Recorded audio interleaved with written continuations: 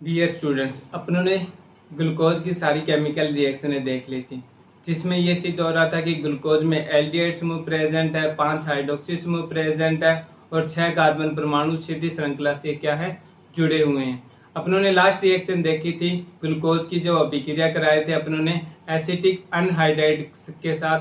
तो क्या बना था अपना ग्लूकोज पेंटाएसिटेट बना था, जो ये सिद्ध कर रहा था कि ग्लूकोज में 5 हाइड्रोक्सी समूह प्रेजेंट है। तो वो रिएक्शन वापस अपने रिपीट कर रहे हैं।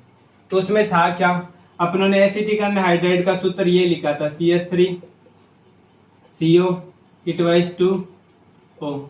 जब इसे ओपन करते हैं तो इस टाइप से क्या होता है, ये ओपन होता है, मतलब CH3O के दोनों तरफ क्या है CH3CO है। तो O के दोनों तरफ मैंने क्या ले लिया CH3CO CH3CO ले लिए। ये वैलेंसी करके मैंने यानी कहने का मतलब संरचना के रूप में लिख के दिखा दिया।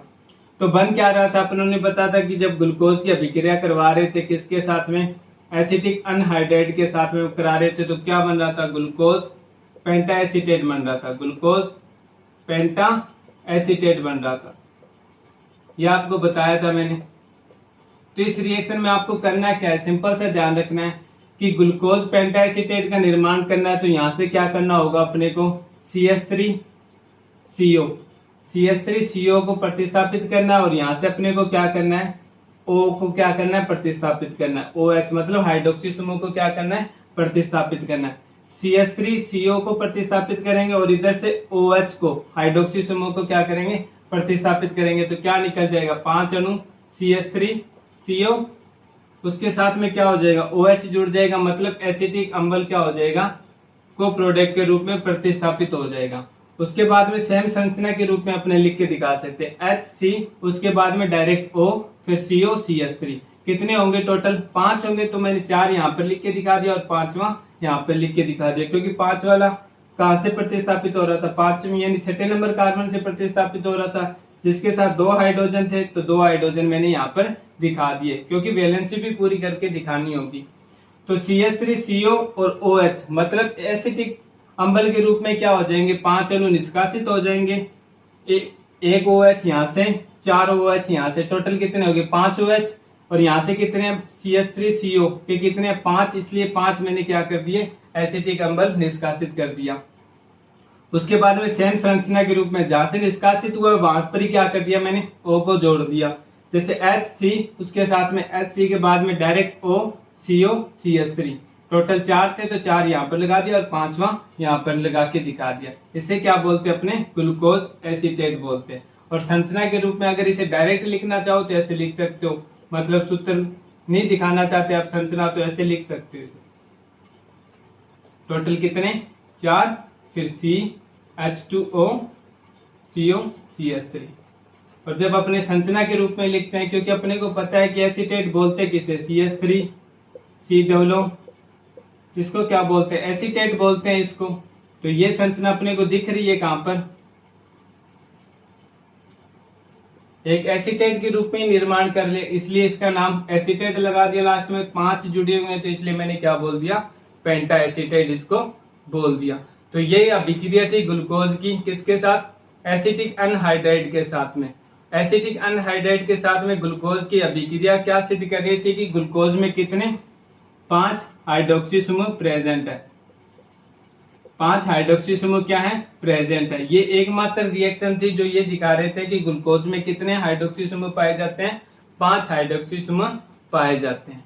तो ये ग्लूकोज के अपनों की अपनी लास्ट रिएक्शन थी। उसके बाद में मैथिलीकरण आया था, उसमें देखा था कि ग्लूकोज मैथिल का निर्माण हुआ था।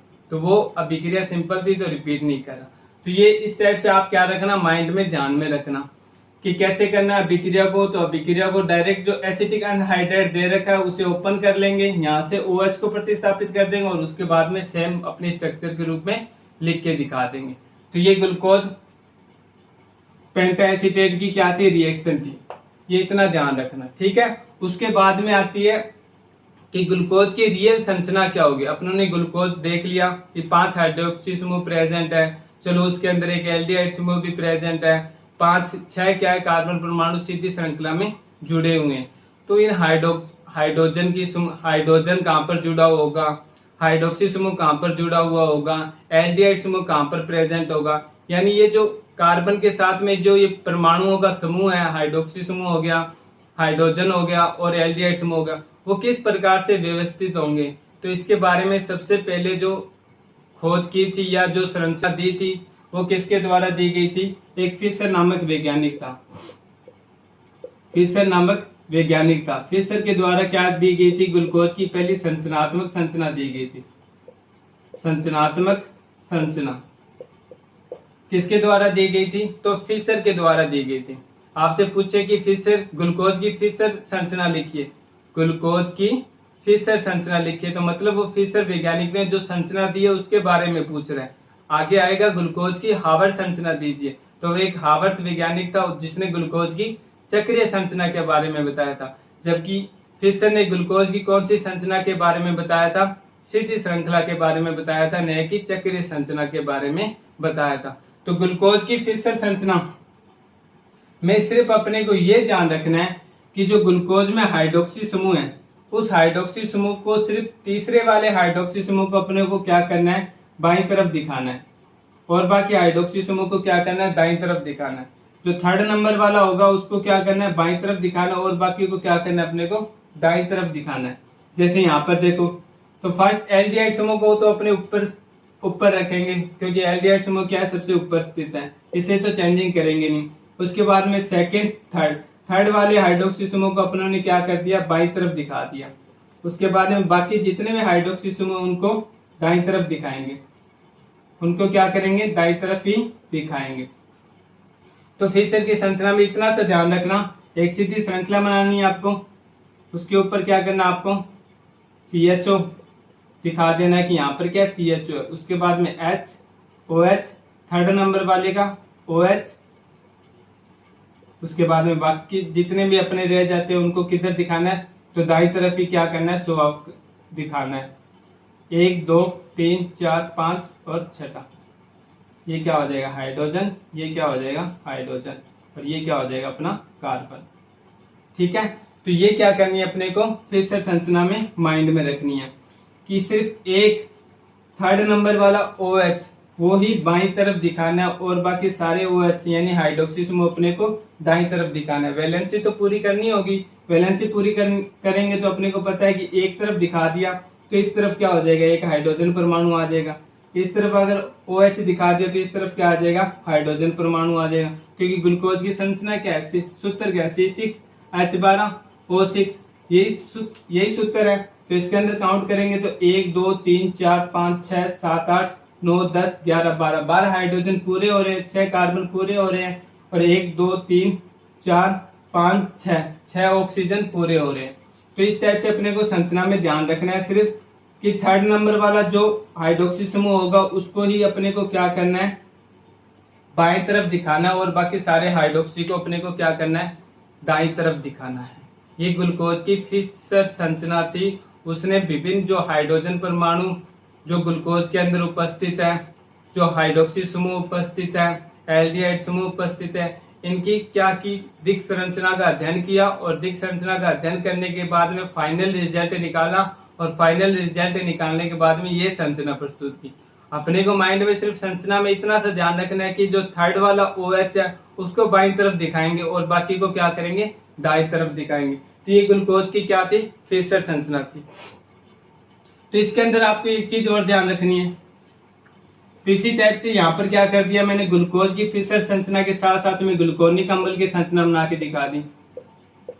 क्योंकि ग्लूकोनिक अम्ल में क्या होता था कि एल्डिहाइड समूह किसमें कन्वर्ट हो जाता था, सिर्फ कार्बोक्सिलिक समूह में कन्वर्ट हो जाता था। तो यहाँ पर मैंने एल्डिहाइड की जगह कार्बोक्सिलिक समूह दिखा दिया, और बाकी स्थिति सेम की सेम रख ली। उसी प्रकार से सैकरिक अम्ल की संरचना बना के दिखा दी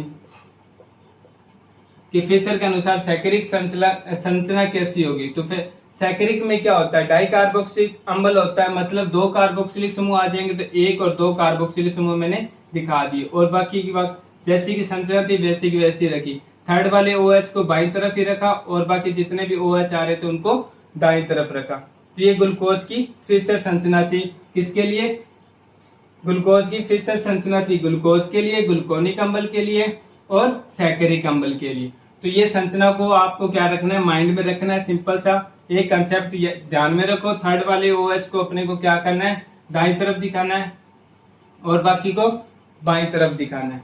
उसके बाद में अपने जब ग्लूकोज की संरचना पढ़ते हैं तो जब ग्लूकोज की संरचना निकालते हैं तो अपनी ये संरचना निकालते हैं, थर्ड वाले को बाईं तरफ रखना है बस।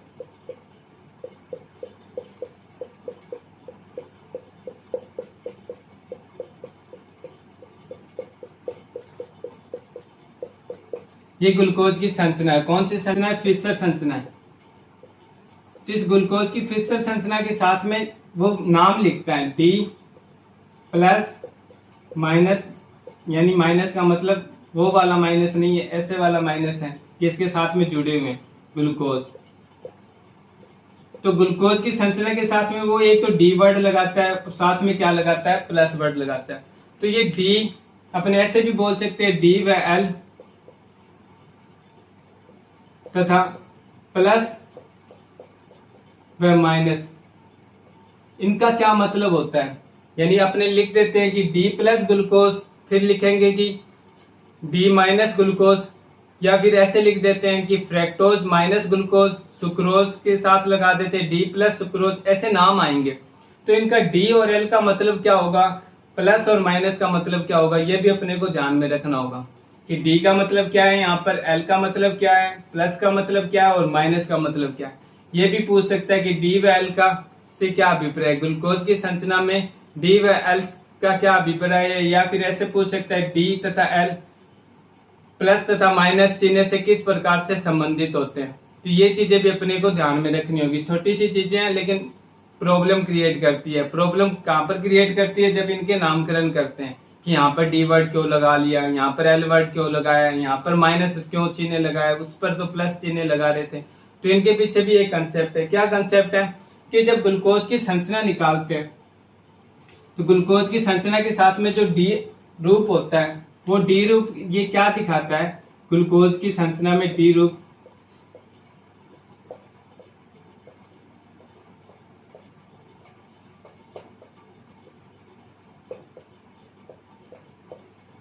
D रूप का मतलब होता है कि ग्लूकोज की संरचना किसी विशेष प्रकार के एक समावेशी यौगिक होगा, उसका अपेक्षित विन्यास होगा, विशेष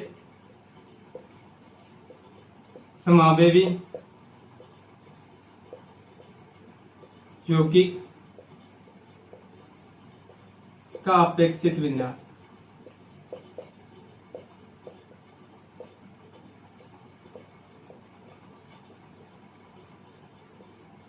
जहां पर D रूप है ग्लूकोज का, अपने लिख देते हैं कि D ग्लूकोज है, तो वो D ग्लूकोज होता है किसी न किसी एक यौगिक होगा, उस यौगिक के आधार पर उसका विन्यास का निर्धारण किया जाएगा कि वो D रूप का होगा या फिर L रूप का होगा।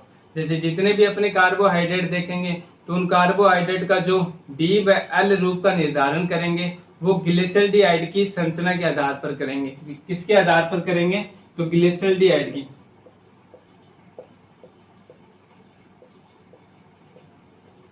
ग्लिसरॉल्डिहाइड की संरचना के नाम आधार पर करेंगे। ग्लिसरॉल्डिहाइड की संरचना जब देखेंगे तो उसके अंदर देखेंगे कि लास्ट वाला कार्बन परमाणु के साथ में जो OH जुड़ा हुआ है उस OH की स्थिति कहां पर है। ग्लिसरॉल्डिहाइड की संरचना किस टाइप से होती है, तो एक बार यहां से मिटो रहा हूं। तो ग्लिसरॉल्डिहाइड की संरचना अपने देखते हैं तो ग्लिसरॉल्डिहाइड की ये संरचना निकल के आती है।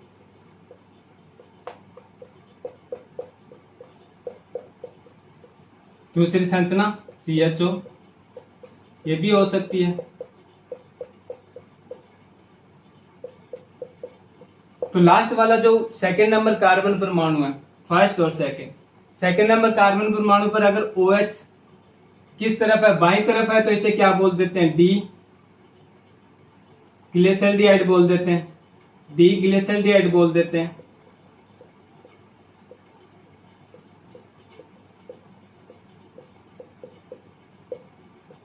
अगर क्या है, OH बाईं तरफ है तो इसे क्या बोल देते हैं, L ग्लिसरॉल्डिहाइड बोल देते हैं। D ग्लिसरॉल्डिहाइड मतलब OH किस तरफ हो, जब दाईं तरफ हो, और L ग्लिसरॉल्डिहाइड इसका मतलब क्या हो कि OH जब क्या हो, बाईं तरफ हो। तो अब जब अपने ग्लूकोज की संरचना बनाते हैं तो ग्लूकोज की संरचना किस टाइप से बनाते हैं, अपने ग्लूकोज की संरचना अपने इस टाइप से बनाते हैं। CHO CH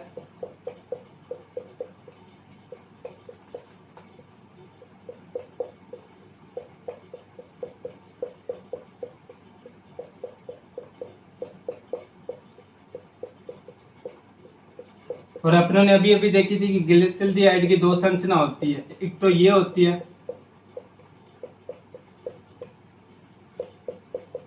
और दूसरी संरचना होती है CHO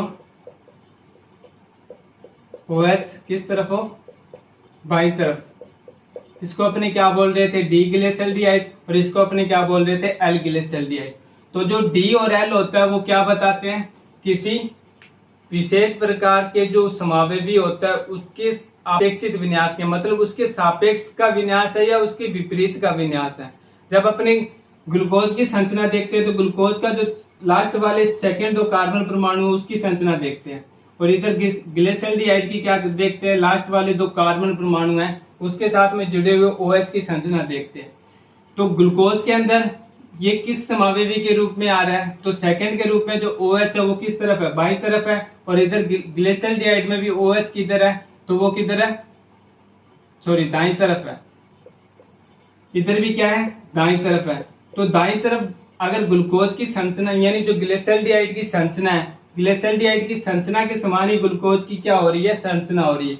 किस समावेवी के समान हो रही है, तो डी समावेवी के समान हो रही है, इसलिए इसके साथ क्या लगा देते हैं, डी वर्ड लगा देते हैं। डी वर्ड किसके कारण लगा रहे हैं, तो अभी बताया कि जो डी वो एल होता है, डी और एल क्या करते हैं, किसी यौगिक की दूसरे यौगिक के जो समावेवी रूप होता है उसके साथ तुलना करने के आधार पर क्या की जाती है, संरचना का निर्धारण किया जाता है।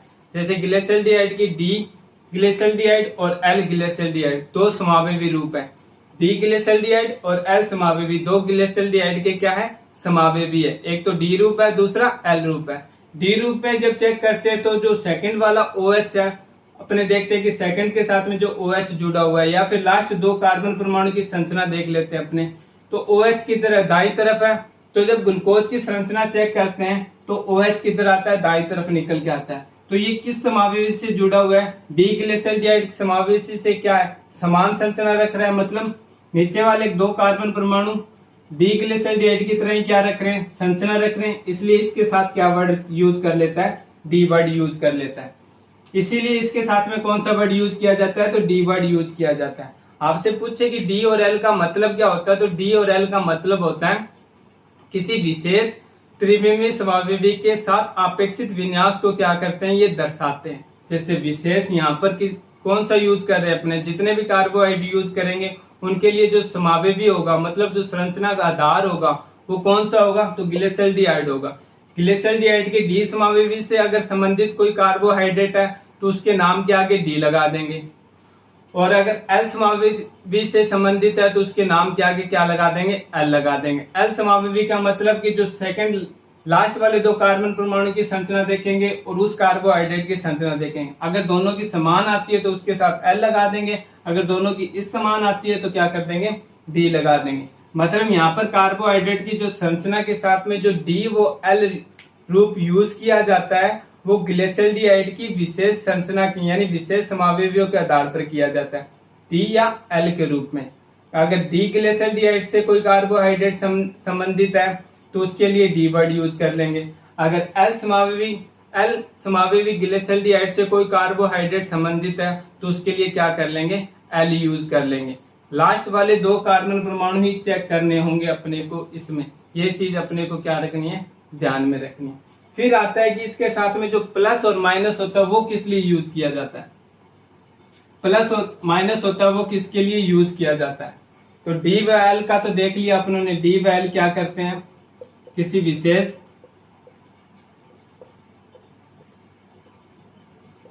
समावेवी के अपेक्षित विन्यास को दर्शाते हैं, और कार्बोहाइड्रेट के लिए वो अपेक्षित विन्यास किस आधार पर किया जा रहा है, तो ग्लिसरॉल्डिहाइड के आधार पर किया जा रहा है, ग्लिसरॉल्डिहाइड के आधार पर किया जा रहा है। ग्लिसरॉल्डिहाइड की अगर डी समावेवी से कोई संबंधित है तो उसके नाम के आगे डी वर्ड, अगर एल से संबंधित है तो उसके नाम के आगे एल वर्ड यूज कर लेते हैं। तो डी व एल का मतलब तो ये होता है, अपनों ने ये देख लिया। तो प्लस और माइनस का मतलब क्या होता है? प्लस और माइनस का मतलब होता है कि उनकी ध्रुवण गुणकता से मतलब होता है, ध्रुवण गुणकता। ध्रुवण गुणकता क्या होती है अभी? तो ध्रुवण गुणकता का मतलब होता है कि जैसे अपनों ने देखा होगा फिजिक्स के अंदर, कोई भी ये क्या होता है अपना विश्लेषक होता है, विश्लेषक होता है। जब कोई भी प्रकाश अपने क्या करते हैं, विभिन्न दिशाओं वाला प्रकाश जो क्या है, जिसकी दिशाएं क्या है, भिन्न भिन्न दिशा में, जब विभिन्न दिशा वाले प्रकाश को क्या किया जाता है विश्लेषक के अंदर, जिसे अपने ध्रुवक बोल देते हैं, ध्रुवक के अंदर से क्या किया जाता है, तो गुजारा जाता है। तो वो उसको क्या कर देता है, प्रकाश को एक दिशा में यानी समतल दिशा में क्या कर देता है, स्थानांतरित कर देता है। जैसे यहाँ पर एक ही रेखा में क्या कर देगा, वो ले आएगा प्रकाश को। तो इसे क्या बोल देते हैं, अपने ध्रुवण गुणक बोल देते हैं। ध्रुवण गुणक क्या कर देते हैं, बोल देते हैं। जब समतल ध्रुवित प्रकाश को किसी ध्रुवक या किसी विश्लेषक के अंदर से गुजारा जाता है तो वो क्या कर देता है, उनकी जो प्रकाश की किरणें होती है उनको एक दिशा में व्यवस्थित कर देता है। उसे ही अपने क्या बोल देते हैं, ध्रुवण गुणक बोल देते हैं। ये फिजिक्स के अंदर था अपने और है अब भी, और ये चैप्टर भी आएगा। लेकिन यहाँ पर अपने को ध्रुवक यूज नहीं कर रहे, अपने यूज क्या कर रहे हैं, विश्लेषक यूज कर रहे हैं। पहला तो होता है ध्रुवक, इसी को अपने क्या बोल सकते हैं, विश्लेषक बोल सकते हैं। जब क्या करते हैं, इसी समतल प्रकाश के आगे यानी जो समतल ध्रुवित प्रकाश प्राप्त हुआ है इसके आप आगे अपने क्या कर देते हैं, एक दूसरा ध्रुवक लगा देते हैं, तो उसे अपने क्या बोलने लग जाते हैं, विश्लेषक बोलने लग जाते हैं। जब यानी जो समतल ध्रुवित प्रकाश नहीं है, मतलब विभिन्न दिशाओं में प्रकाश फैला हुआ है, उसको क्या करेंगे, पहले ध्रुवक से एक समतल ध्रुवित प्रकाश में कन्वर्ट कर लेंगे। समतल ध्रुवित प्रकाश का मतलब एक ही दिशा में क्या होगी, उनकी किरणें होंगी, या तो वो क्या होंगी, ऊर्ध्वाधर होगी या फिर वो क्या होंगी, क्षैतिज होंगी। जब अध्रुवित प्रकाश को, जिसका क्या है, कोई भी दिशा नहीं है, किसी ध्रुवक के अंदर से गुजारा जाता है तो प्रकाश को क्या कर देता है, समतल ध्रुवित प्रकाश के अंदर कन्वर्ट कर देता है। इस प्रक्रिया को क्या बोल देते हैं, अपने ध्रुवण गुणक बोल देते हैं।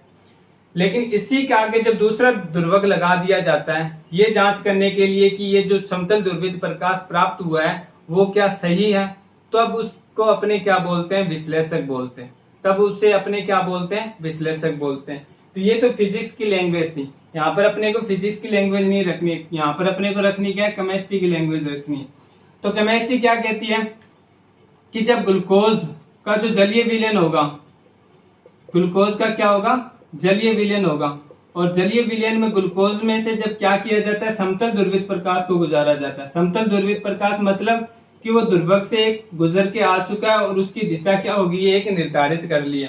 इसके अंदर प्रकाश की किरणें वो क्या, ऊर्ध्वाधर दिशा में। अपनों ने ये मान लिया कि जब समतल ध्रुवित प्रकाश को ग्लूकोज के विलयन में से गुजारा जाता है, ग्लूकोज के विलयन में से गुजारा जाता है या फिर किसी अन्य विलयन में से गुजारा जाता है, तो वो क्या कर देता है, इस समतल ध्रुवित प्रकाश को घुमा देता है। घुमाने का मतलब या तो वो दक्षिण दिशा में घुमा देगा या फिर वो क्या कर देगा, वामावर्त दिशा में घुमा देगा। अगर वो समतल ध्रुवित प्रकाश को घड़ी की सुई की दिशा में घुमाता है, घड़ी की सुई की दिशा में घुमाता है, घड़ी की सुई इस टाइप से चलती है, कभी ऐसा तो नहीं है कि 12 के बाद में 11 बज जाए, 12 के बाद में 1 ही बजते हैं। अगर समतल ध्रुवित प्रकाश को वो घड़ी की सुई की दिशा में घुमा देता है तो उसके लिए अपने कौन सा वर्ड यूज करते हैं, तो प्लस वर्ड यूज करते हैं। अगर वो समतल ध्रुवित प्रकाश को घड़ी की सुई की दिशा में न घुमाकर घड़ी की विपरीत दिशा में घुमा देता है, मतलब वामावर्त दिशा में घुमा देता है, तो उसके लिए अपने कौन सा वर्ड यूज करते हैं, माइनस वर्ड यूज करते हैं।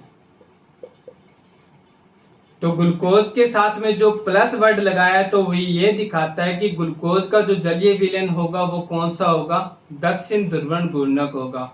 और डी क्या दिखाता है कि डी ये दिखाता है कि जो ग्लूकोज की संरचना है वो डी ग्लिसरॉल्डिहाइड की संरचना के क्या है, समावयवी के समान है, इसलिए इसके नाम के आगे क्या यूज किया जा रहा है, डी वर्ड यूज किया जा रहा है। प्लस वर्ड दिखा रहा है कि ग्लूकोज का जो जलीय विलयन बनेगा उसके अंदर जो समतल ध्रुवित प्रकाश गुजारेंगे वो समतल ध्रुवित प्रकाश ग्लूकोज को, वो समतल ध्रुवित प्रकाश ग्लूकोज में से गुजरने के बाद क्या हो जाएगा, घड़ी की सुई की दिशा में प्रतिस्थापित हो जाएगा, मतलब घूम जाएगा। इसलिए घड़ी की सुई की दिशा में घूमने के कारण प्लस वर्ड यूज कर लिया, और घड़ी की विपरीत दिशा में घूमने के कारण कौन सा वर्ड यूज कर लेते हैं, माइनस वर्ड यूज कर लेते हैं।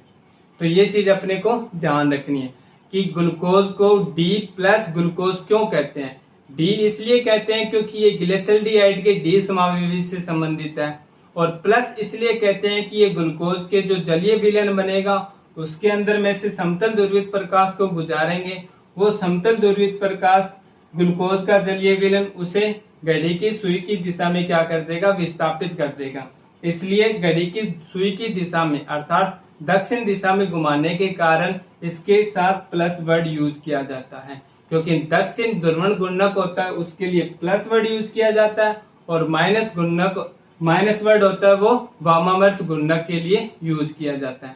अब आपसे पूछे कि डी व एल तथा प्लस व माइनस में क्या संबंध है, तो दोनों में कोई संबंध नहीं है। एक तो संरचना के विन्यास को निर्धारण करता है, दूसरा ध्रुवण गुणक को निर्धारण करते हैं, अतः दोनों में कोई भी संबंध नहीं होगा।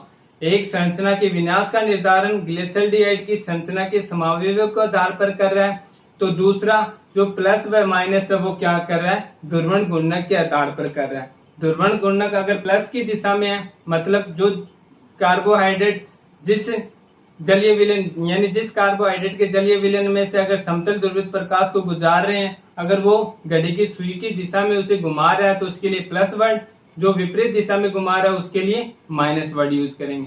तो ये ग्लूकोज का जो नामकरण किया था अपनों ने, ग्लूकोज का जो पूरा नामकरण किया था, ग्लूकोज का क्या लिखा था अपनों ने नाम,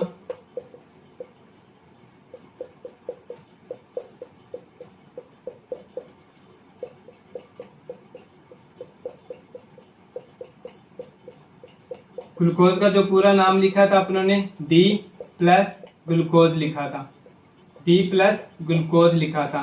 तो इसका पूरा का मतलब समझ में रखना कि डी का मतलब है कि ये ग्लिसरॉल्डिहाइड के डी समावेशी से संबंधित है, और प्लस का मतलब है कि ग्लूकोज कौन सा ध्रुवण गुणक है, तो ये दक्षिण ध्रुवण गुणक है, अर्थात इसके जलीय विलयन में से जब अपने समतल ध्रुवित प्रकाश को गुजारेंगे तो वो क्या कर देगा, घड़ी की सुई की दिशा में उस समतल ध्रुवित प्रकाश को घुमा देगा। तो ये ग्लूकोज की संरचना के बारे में था। कल अपने ग्लूकोज की चक्रीय संरचना के बारे में देखेंगे। Thank you.